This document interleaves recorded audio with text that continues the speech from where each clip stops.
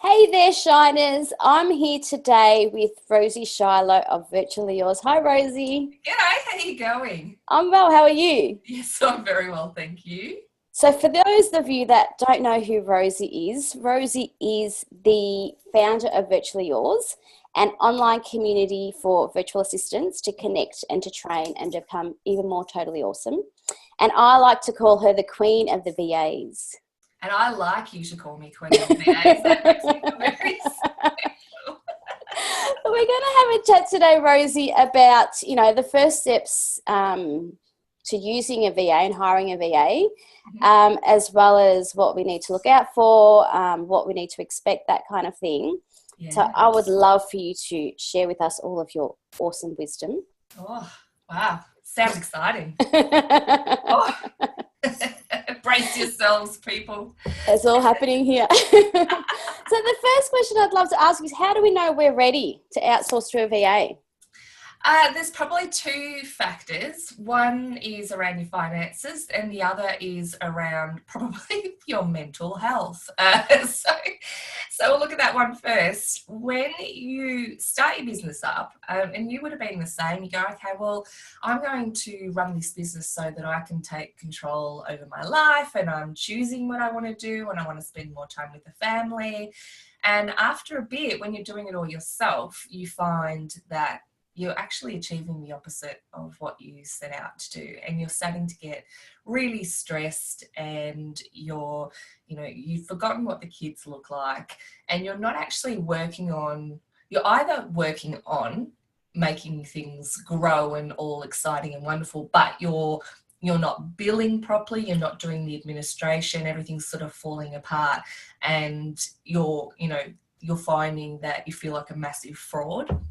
Because you're I'm doing this and this is wonderful and this business is great, but behind you're so stressed because okay, well, there's no cash flow here, there's no systems in place. When people sign up to my newsletter, I don't even know what's happening with them. I'm winging it on social media because at the end of the day, I'm fantastic at this thing, but no one's fantastic at all of those things. So you get to a point there where you think, okay, well, and people start saying to you, you need a VA, you've got to grow, you need a VA. But you also obviously need to know that you can afford them. And so you need to be charging out at an amount that makes it so that it's viable.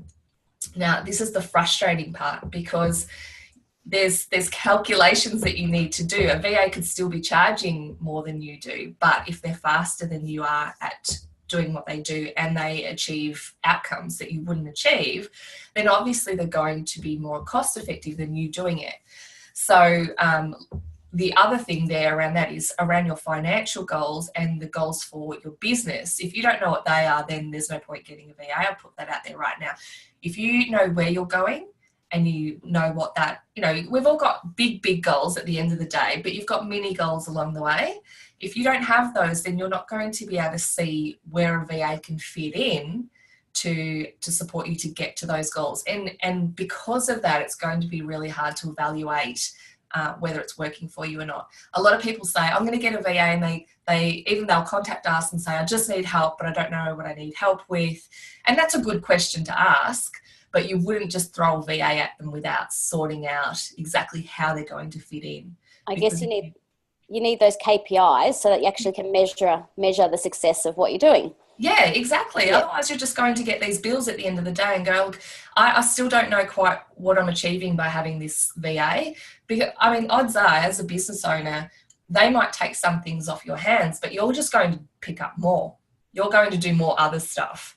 And so you're going to still be as busy. But if you have an idea of the fact that they're helping you move towards this goal and what their role is for that goal, then it's going to make more sense to you what you're outlaying. Yeah. If you do it as a Band-Aid solution, I'm stressed and I need more time, well, you'll find something else to fill that time with, and it won't be family.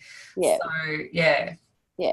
And just looking at that, I guess, having some sort of goal, as you're saying at the end, to sort of measure whether this is a successful working relationship with this VA. Yeah. But like outsourcing to a VA versus hiring, say, an admin employee, what do you see the benefits in going the virtual assistant option? Well, I'm a bit biased in that. I remember before I started my business, I know, I'm going to be honest, I'm biased. My dad said to me, because I was 24 when I started my business, and my dad's like, you should do this as a business. And he said, bros, never hire an employee. They're a pain in the neck. So that's always been there in the back of my mind, but I've tried to do some research around it so that I can provide a little bit more of a useful response to that. Unbiased. Less biased. So we've actually got VAs on our network who, this is something that comes up a lot because VAs need VAs. And so some VAs will have contractor VAs and some will have staff.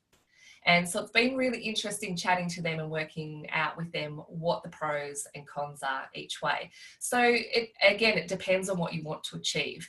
There's, in terms of finances, there's, with a VA, you've got the option to be, or a contractor, you've got more option to say, no, I don't need you right now, or, I don't need you at all. And could be kind of project. Yeah, you can pick and choose how you use them. Whereas with a staff member, you're going to have that ongoing commitment. You need to have a very good reason for not providing them with work. However, if they're a staff member, they are most likely going to just be working for you. So they're going to be, you wouldn't expect them to go AWOL. Whereas a contractor, sometimes they do. They'll be too busy with other clients. If you're not planning ahead and communicating with them properly, and this is a two-way thing, and they're not doing that with you, then you might find, okay, well, hang on, I thought we were going to be working together on this thing ongoing. And they haven't got the message on that, and they've started a project with someone else. And so there's, it's very easy for there to be less commitment by a contractor in an ongoing basis than there is by a staff member. But then, staff members get itchy feet as well. That's right. I guess it's all about having deadlines and having timelines that both of you know about and being organised, I guess, in that initial setup of that project. Absolutely. Communication is so vital, and having an idea of what you want to achieve over the next 12 months and communicating that with your VA and communicating what you see their role as and what you want to what outcomes you want from them. And I don't mean that. Some people say, oh, I want the VA to sign up this many people and then I'll pay them this amount. That's not what I'm talking about. What I'm talking about is saying to them, look, this is I've got a She Will Shine event, once a month, and I want you to help me with the setup of that, the communication, the follow-ups. I want this newsletter done, and I want this social media done, and I'm going to have this massive expo in November, so things are going to ramp up then. And then starting next year, I want to launch my book. That sort of thing. You'd be communicating exactly where you want to go so that they're on the same page and they know that you need them there with you. And a lot of people forget to do that. And I guess it's about telling them where they sit in the bigger picture as well. Yeah. So they're aware of what's going on around them and what their role is in that huge task. Exactly. And by doing that too, there's the added bonus that once they know what you're trying to achieve and where they fit in, they will see opportunities for you that they wouldn't have thought were relevant previously. So it's so important to tell them what you're doing and where you want to go with your business, and just tell them the big juicy dreams, not the Hemsworth dreams, the business dreams, or both. Why not? There's a bit of a Chris Hemsworth thing going on for the podcast, isn't it? In our world anyway. In our world, there's a slight addiction going on now. So letting them know what those juicy dreams are, because when, this is another difference between staff and contractors is that contractors have to build their own business up. So they have a different mindset around what they're providing to you. They know what it's like to run a business. They know how hard it is. They need to network and build their community. And so they will see opportunities that they can bring to the table for you if they know where you want to go. Whereas a staff member may be able to see some opportunities, but they're not building their business. So they don't actually, until you run your own business, you don't realize that it's actually hard. Yeah. It's not one task at a time. It's this task, but this task fits into this, which fits into that, etc., etc. It's the 2,000 tabs open at a time. Exactly. Yeah. And before you do that, before you run a business, you think, oh, the boss has all the money and it's easy for them and they just tell everybody else what to do. And it's so not true. So if you're working with a contractor who knows that that is an absolute lie, then that's, you know, that's a bonus as well. But the staff members less likely to be out networking and seeing all these great opportunities and meeting other business owners. Excuse me. I'll just do that.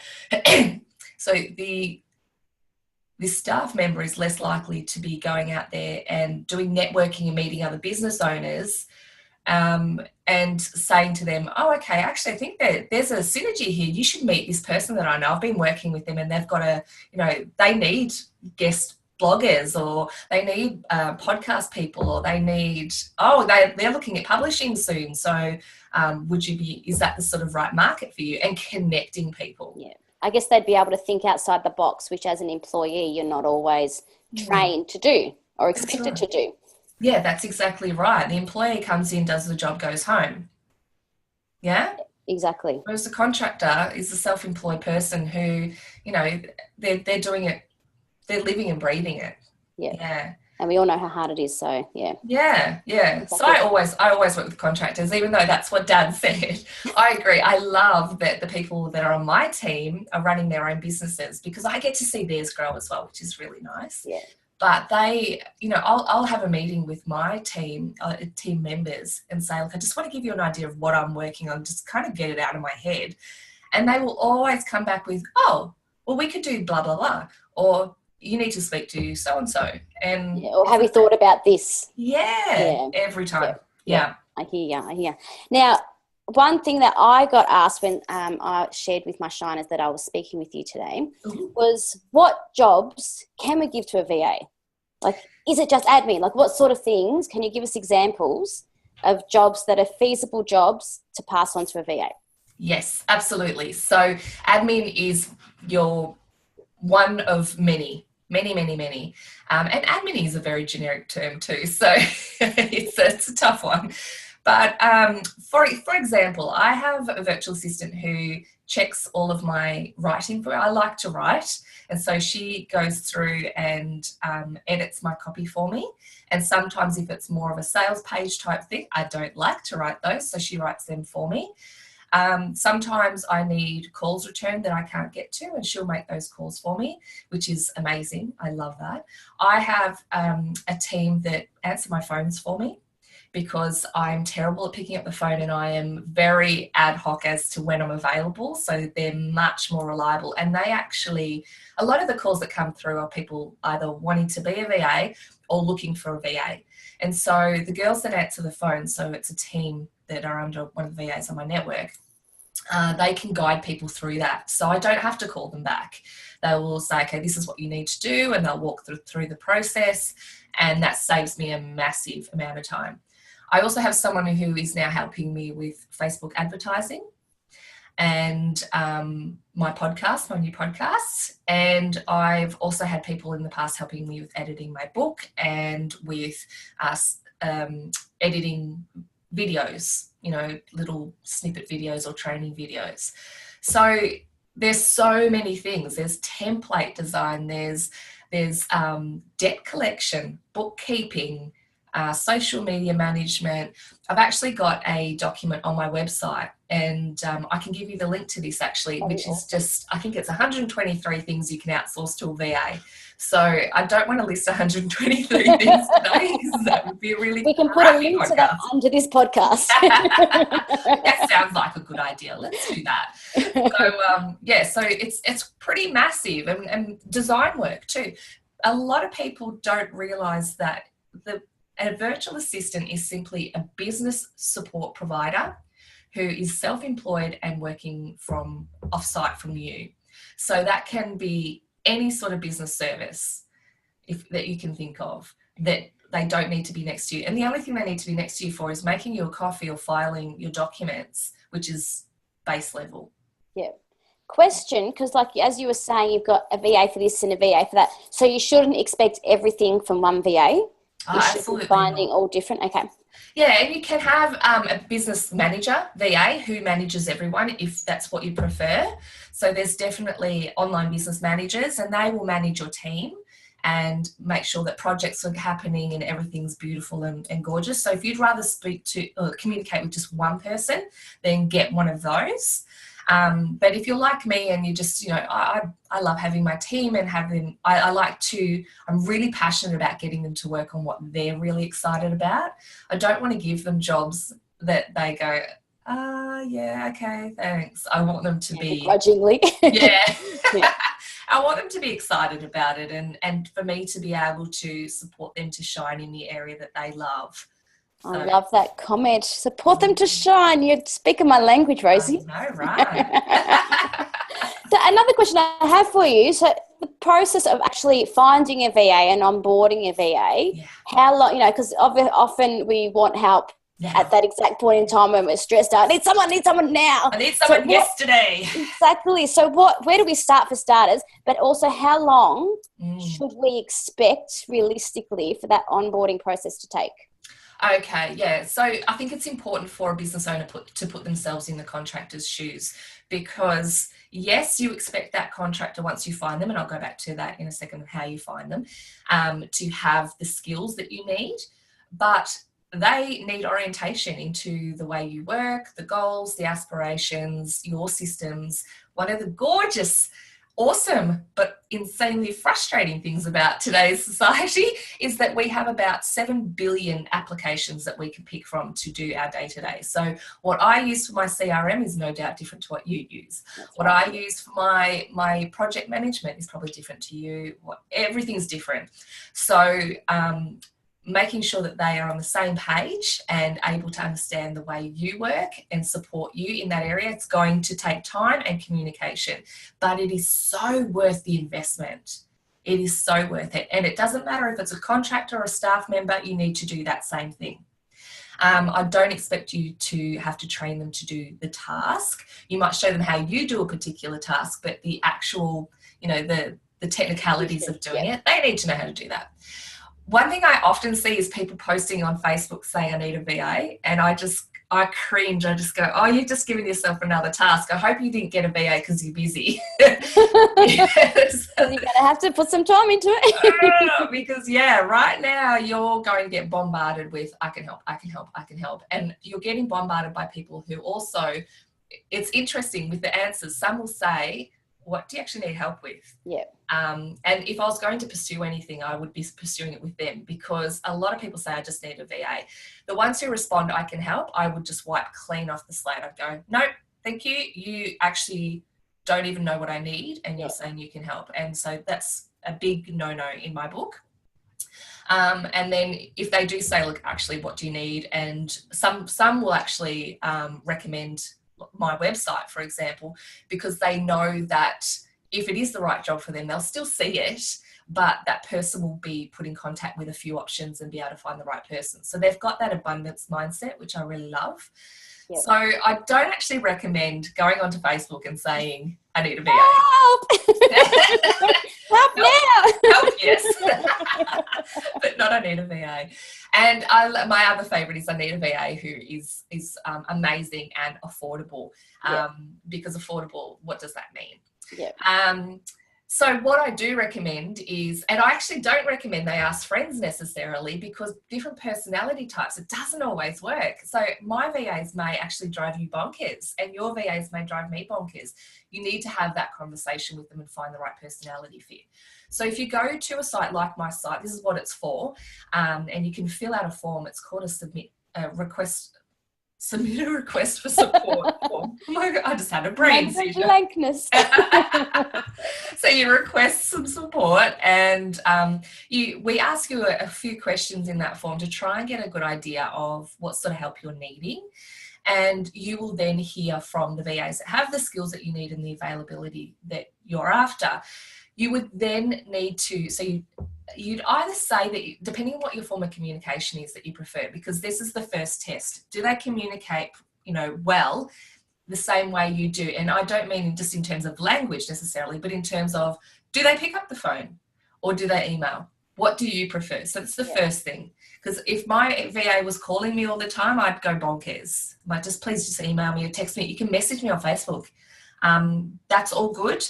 But a phone doesn't work for me. I've got kids underfoot who are going to be screaming in the background, drives me mental. So that's the first thing. Is in the form you actually say what your form of communication is preferred.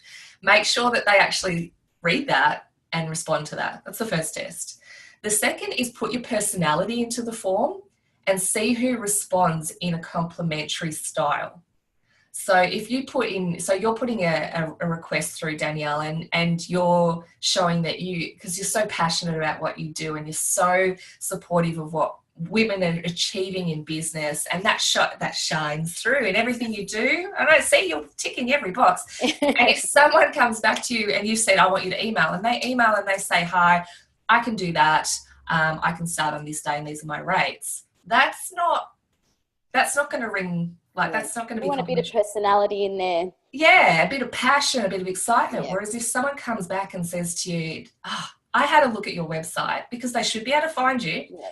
And I love what you're doing. I can see, the drive and the passion that you bring to what you do. And I can see why you're asking for this sort of support. This is the sort of experience I have in that particular area. And I feel that, that would be complementary. Here are some questions that I have to make sure I can best provide you with a quote.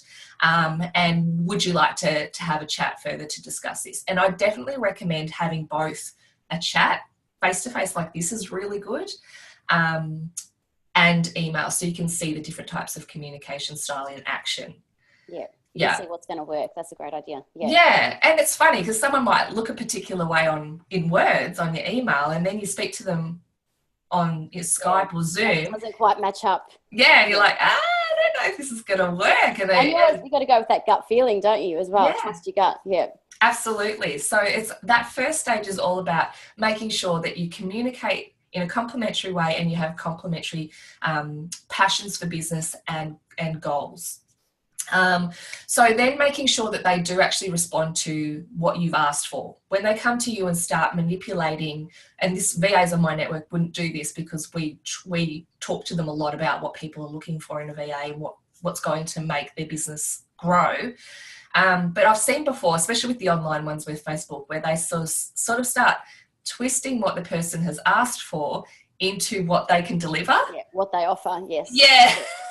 Yes, I can understand this one. Yeah. Yeah, and you just go, okay, so thanks for that, but that's actually not what I'm after. But I'm not sure anymore because you've confused me. Thanks for that. Yeah. Instead of making it easier.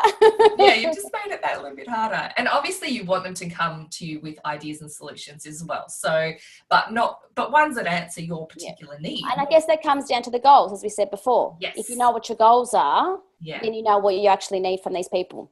Yes. And if you don't know what your goals are, you can always have a chat with us and book in for a session, and we'll talk, about what you're trying to achieve and what sort of support you would need along the way.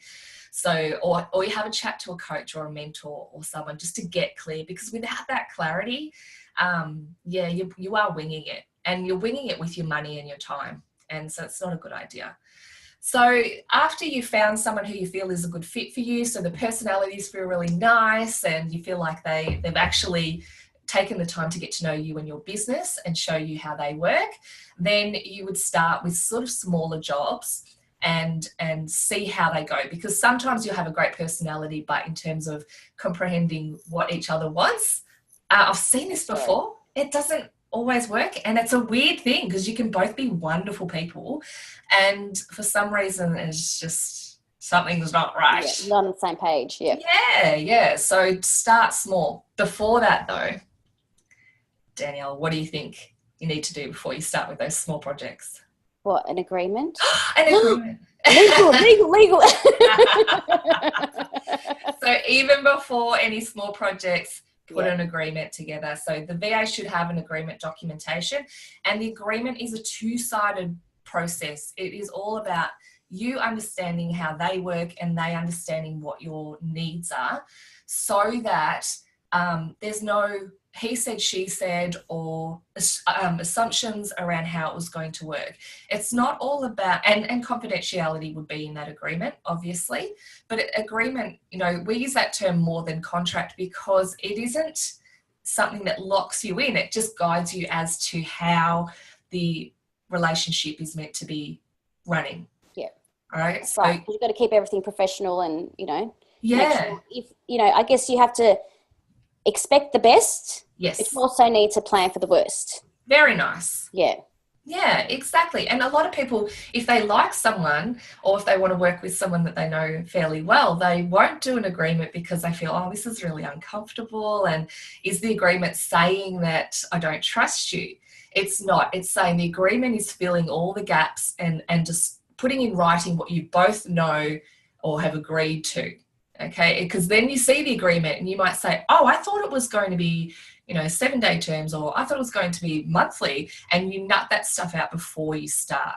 So with that agreement, Rosie, if as time progresses, their role in your business changes, is that something that we update as these changes happen? Yeah. So the agreement would be fairly general to start with, and it would include things like, you know, if the bill hasn't been paid, you know, do they cease work until it's been paid, that sort of thing, so that, you know, you so that you both know exactly where you need to go with it. But some part of the agreement may include the actual tasks and the level of responsibility. So that part of the agreement may need to be updated, but you don't necessarily have to update all of the other parts. Yeah, the payment terms, etc. Yeah. If they stay the same, then no. If the payment terms change, then yes. Yeah. You put another agreement together. It's really important. I've seen so many times where things have gone wrong because, funnily enough, when someone wants to rip you off, they're not going to tell you ahead of time. I know, it's weird. Yes, weird that is.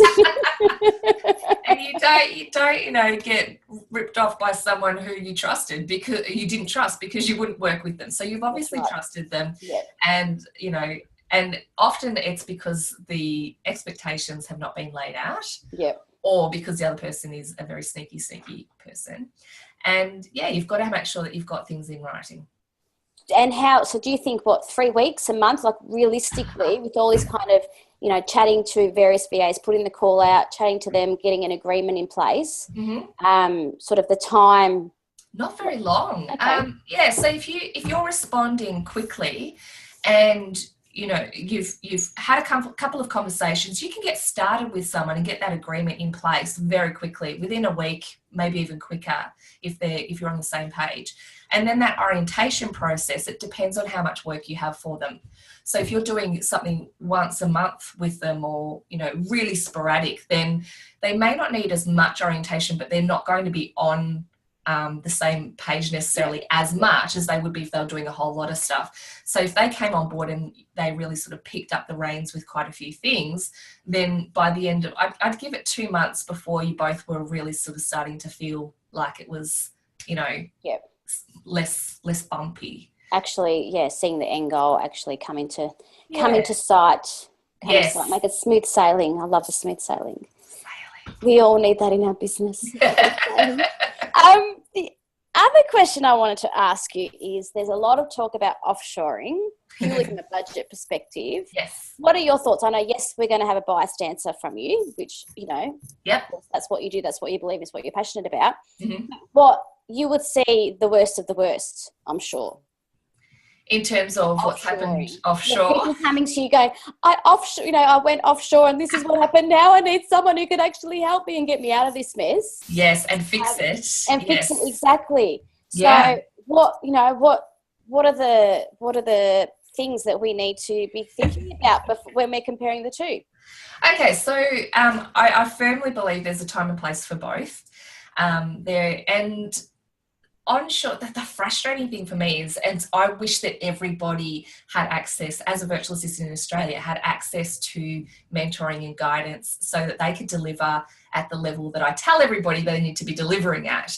But that's not always the case. So you're going to get lemons here and you're going to get lemons overseas. I'll just get that out there right now.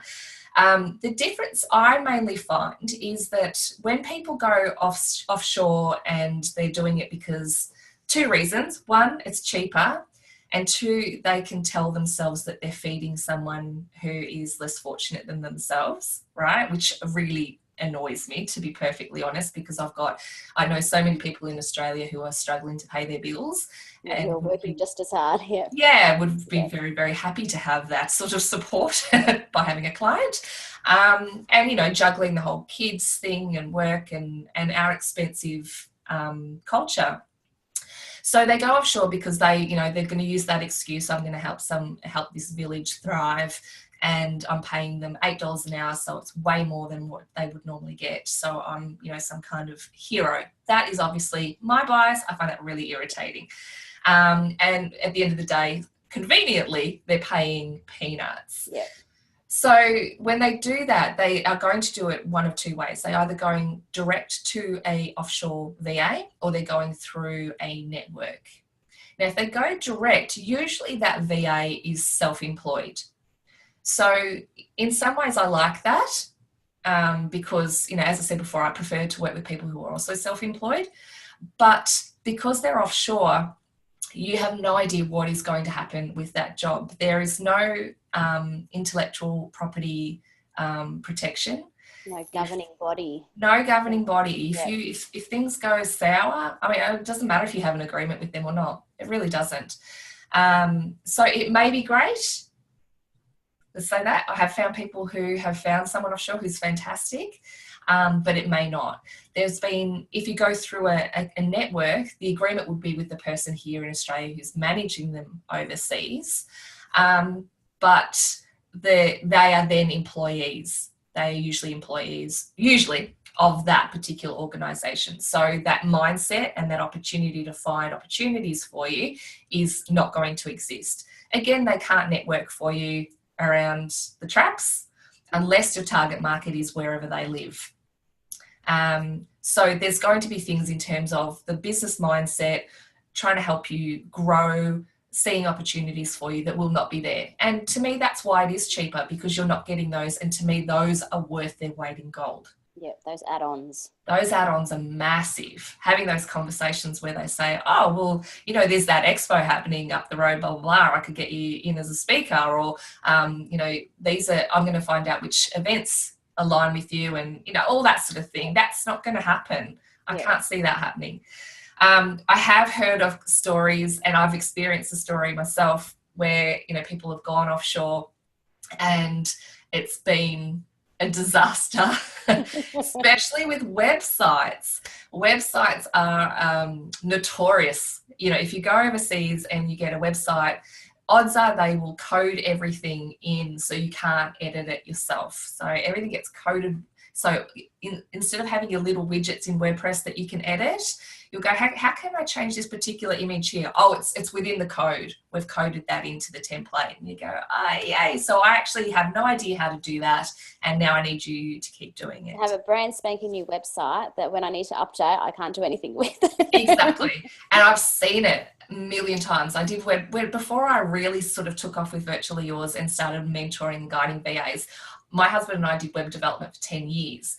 And I've had clients who go, all right, I'm not paying, $1,800 for this website overhaul. I'm going to go overseas. I had one in particular who did this, and we went, okay, that's good because you're a bit of a pain in the neck. And then I think it was about 5 months later, he calls me up and he goes, oh my God, my website is a disaster. It's a WooCommerce website.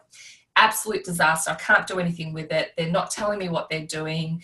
I'm so sorry I went offshore. Can you help me? And we were really mean. We were like, well, actually not doing that anymore. So sorry, you'll have to find someone. Should have stuck with us when you could. But obviously I could say I can find someone for you. Yeah, that's right. Yeah. And because that's what I do. But it's the risk. It's the risk involved, isn't it? If you have that sort of problem, if I had done that to him, he could go to Consumer Affairs, to the Ombudsman, take legal action against me, loss of trade, loss of everything, time, money he could have made, selling all those products on his site. Could he do anything? No. That's right. Yeah. He had nothing he could do. He had time wasted. He had money wasted. He probably had 7,000 more grey hairs, and he could do. Goal was even further away. Yeah. And it's going to cost him more to get it fixed than it would have to just do the general overhaul. So that sort of thing I do see quite often, especially with websites. I actually started doing a bit of a study, and I need to continue with it, where I wanted to hire people in Australia to do exactly the same job as I would hire someone offshore. And I would find them by simply responding to people who contact me saying, I'm a VA, because I've got the virtual assistant Facebook page. I do hear from people going, do you have work? And I'd say, okay, well, what are your skills? You tell me what your skills are, and I will find a job for you, and I will give that same job to someone here. So I got someone to write up. I said, why is your English so good? And she said, my mum is an English teacher. I'm like, well, great. What do you do? Oh, I like writing and doing all that sort of thing. I said, sweet, because my VA is a copywriter. So I thought, all right, well, this will be easy. And I actually didn't hire my VA for this particular thing because I thought that would be biased. And so I hired a VA that I've not worked with before in Australia. And I asked both of them to write a press release for me for my upcoming book, right, which I'm actually just about to release now. And I did this like over a year ago. So you got to it. So the word upcoming, I use loosely. But I gave them the outline and said, look, this is what I'm writing about. Can you do a bit of a press release? And the person in Australia just came back at me with a whole lot of questions just to make sure that she was actually including the right stuff. And so I wrote back to her and said, this is actually what I need. These are the answers to your questions. And she came back with the price, and we agreed. And then she wrote this great press release. The one overseas didn't ask me anything. She just sent me what she'd written, which turned out to be copy and pasted from Wikipedia and my own website about the book I'd already published. Oh, goodness, yes. And I wrote to her and I said, do you understand what I've asked you to do? Yeah. What is this? And she's like, oh, sorry. I said, this isn't the book that I've already released and published and printed and sold. This is a new book, and please don't just copy and paste from Wikipedia on my website. Can you do? Is this still something you can do? Oh, yes, this is something I could do. Still no price, still no agreement, still no questions. So she put something else together, which was basically the same thing. And I just said to her, you do understand that this is of no value to me? And she's like, yeah. And I never heard from her again. So luckily for me, I'm using that as a bit of a study, but otherwise it would have been a massive waste of my time to be explaining to her again and again what it was I needed in a skill set that she said she had. Yeah. So I hadn't said, do you have these skills? I said, what skills do you have? So VAs in Virtually Yours are picking up and fixing mistakes all the time. And if you do need someone, here's a little tip for you. If you do have a lot of data entry jobs where, it is put this here, there's no room for interpretation. And I'm not saying that people who are offshore are idiots by any means. It's just a communication thing and a work style. If there's no room for interpretation, then what you can do is have a VA here help you manage that process. So they're not doing the data entry for you because you probably can't afford for them to do it. And I've said to Aussie VAs, it's not an area you're going to make money in anyway because it can get done really cheap offshore. Yeah, but you will need to check it over and make sure that that communication is very, very thorough and take that pain away from that client. So you can do it that way. Yeah. So just in closing, Rosie, what would your top 3, tips be to small business owners who are about to step into VA territory? If it's just 3, I know there'd be more, but just off the top of your head quickly, what are the top 3 things that you can think of that would, if you have that in your head moving forward, it will help you in the process? Absolutely. Okay, so have those mini goals. Yep. And work out where the VA fits in to those mini goals and what you're going to be doing with the time and the effort that they're saving you. So are you going to be using that time to see your family, or are you going to be using that time to take care of another part of achieving that goal? Know ahead of time which one of those you want to be doing. So you can then at the end of the month, end of the quarter, end of the 6 months say, okay, well, I actually got to see, pick my kids up from school, or I got to see that fantastic school concert, and Or if you don't have kids, I got to go out one night with my mates or whatever. That's right. Yeah, I got to party. I got to go away for a weekend and stress less, or whatever those goals are for you. Learn a new skill. I got to take up, art class or something like that. Alternatively, you could say, okay, I actually got to sink my teeth into writing that book, or sink my teeth into doing more face-to-face stuff or paid stuff. Earn more money. More money, and turn that time that they've given back to me into making money. So, which is a really, those are the two reasons why I would get a VA. One, if I'm forgetting what my family look like and I'm not achieving my outside business goals. And two, to make sure that I'm working on the stuff that my most valuable activities, which are the things that are making me money in my business. And that way, you can obviously have that money there to pay your VA. So if you don't have money to pay them up front as you're currently running, then that's obviously your first thing that you're going to need to do. That will be your focus, so that you can make sure that your money is still flowing the way you need it to. But they will in time will save you money and help you make more money. But you do need to obviously have the logistics around that to get you started. That's right. So number 2, what do you think? So number 2 is put yourself in their shoes as often as possible, and I highly recommend that the VA do the same in reverse. And because mutual respect is what is going to make or break the relationship, and understanding that they are a business owner, fellow business owner, they are a contractor, they are not a staff member, they are not below you, they are someone who is bringing different skill set into your business to help you achieve your goals. That is my second one. You're preaching to the converted with that one. Mutual respect is so important. It is so massive. It is absolutely massive. And then the third one is all about keeping the lines of communication open. So making sure that they know where you want to go, good, bad, or ugly, and that you know where they want to go with their business, because and this is definitely two-way. You know that your business changes directions at times, and sometimes you go, I'm actually sick of doing that now. I want to do this, or, there's that big dream. I'm going to actually run for that now. Now, contractors, they're going to have the same things. They might go, okay, actually really sick of doing e-newsletters now, but I'm going to keep doing it for you because you've asked me to. I've had clients in the past when I was doing VA work say to me, Rosie, what stuff do you love doing now? It was the most beautiful question, because I'd go, actually, I really want to be doing more of blah, blah, blah. And that's where you're going to shine in that whole thing, because that's what you're passionate about. That's right. And just with that, is performance reviews something that is common amongst VAs, that kind of thing? I wouldn't say necessarily performance reviews, but definitely check-ins, very, very regular check-ins, to make sure that you're both on the same page and that you're both getting where you need to go and feeling confident and comfortable doing so. So I would never call them performance reviews, because that's very staff, that's a very hierarchical kind of view. But definitely the best relationships, the best partnerships talk to each other pretty much daily, weekly, have face-to-faces, so Skype mainly, or coffee if they live nearby, weekly, fortnightly, monthly, and have an agenda for each of those to make sure they know exactly, what they're trying to achieve, how they're going with it, what bumps there are, whether anyone's feeling like something's wrong, and making sure that you fix it before anything broods, because we're human. We're all human. Exactly.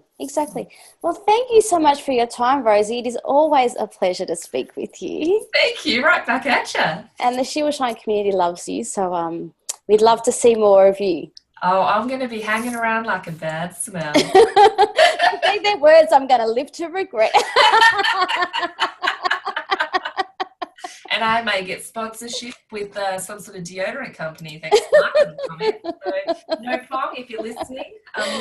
Let us know. But as you mentioned before, was it that 123 tasks you can get a virtual assistant to do? We're going to pop the link to that in our show notes, so everyone can head over to Virtually Yours. And and we'll send you the link too. We'll pop in the show notes, if this is okay, the link to submitting a request for support. So if you do need a VA, It is a very simple process, and we do have, you know, some steps there to support you along the way to make sure that you're doing it in a way that supports you to find the right person for you. Perfect. Thank you so much, Rosie. Have a fabulous day. You too. Take care. See you later. Bye.